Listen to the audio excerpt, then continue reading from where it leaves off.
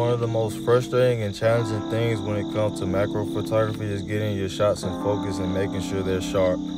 The shallow depth of field in macro photography and other elements such as wind, moving subjects, and your camera settings can make focusing a real challenge, but with more practice out in the field, you'll see yourself improving and nailing your shots. In this video, I'm here to talk about some tips and tricks to help you achieve sharp macro photos.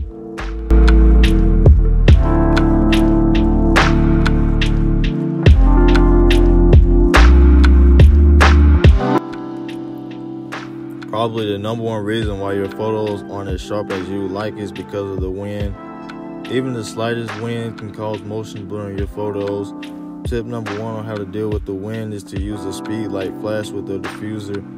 A diffuser will produce an evenly lit photo and help capture the maximum of details and textures on the subjects you're photographing. A speed light flash is important because it will eliminate camera shake. With the flash, you'll be able to take sharp photos of moving subjects, and even with the slightest winds or shaky hand, you'll still come out with sharp photos most of the time. But sometimes, even with the flash, it's still a struggle dealing with the wind in scenarios such as your subjects on a tall, thin plant or something like that.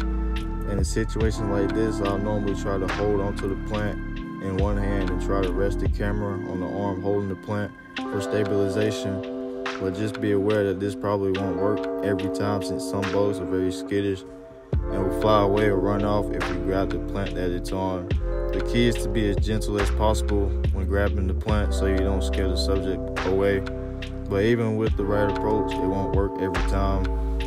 And something I always do with just about every subject I photograph is take a lot of photos and try different angles. Shooting lots of photos just gives you more options to choose from, just in case the shot you thought was in focus actually isn't, or you realize that you don't like it as much as you originally thought.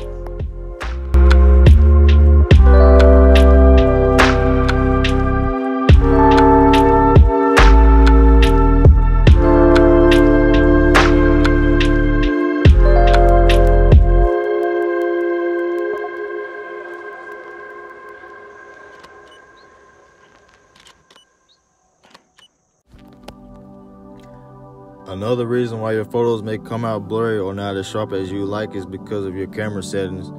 Probably the most important element in getting sharp macro photos is your shutter speed. Shooting at a higher shutter speed is usually always the way to go in macro photography, since the depth of field is very shallow.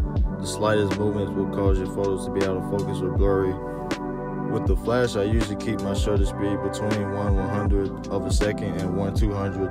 This range with the flashes will usually always produce sharp macro results.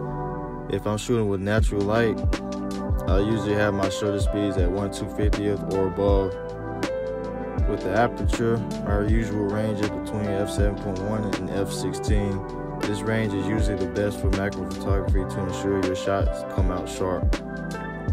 But if your goal is to take more scenic macro shots with more of the background in it, then I recommend shooting between f2.8 and f6.3 just to ensure your background is smooth and all the attention is on the subject. And even shooting at these low apertures, you can still come out with sharp macro photos. It will just be a little more challenging.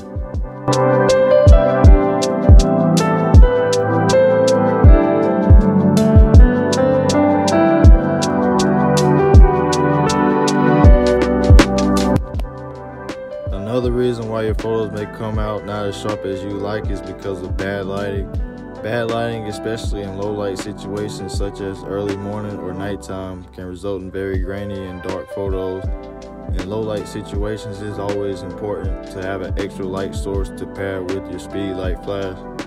I recommend using a small LED light in early morning or night sessions. This extra light will allow you to keep your ISOs down and still take photos at settings you take in daylight conditions. What I usually do is take my LED light onto my flash. I think it's best to keep your extra light source on your flash when taking photos, because the extra light will sometimes have your images come out with bright highlights on your subjects if it's not attached to your flash.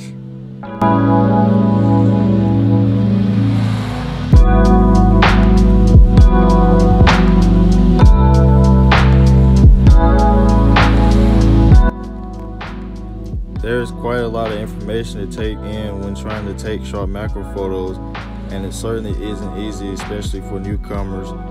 But the more you practice, the easier it will get for you. And always remember that not every photo scenario is the same. In some situations, it will be a lot easier to get the shot you wanted than others. If you like this video, make sure to like and subscribe for more content like this, and I'll catch you on the next video.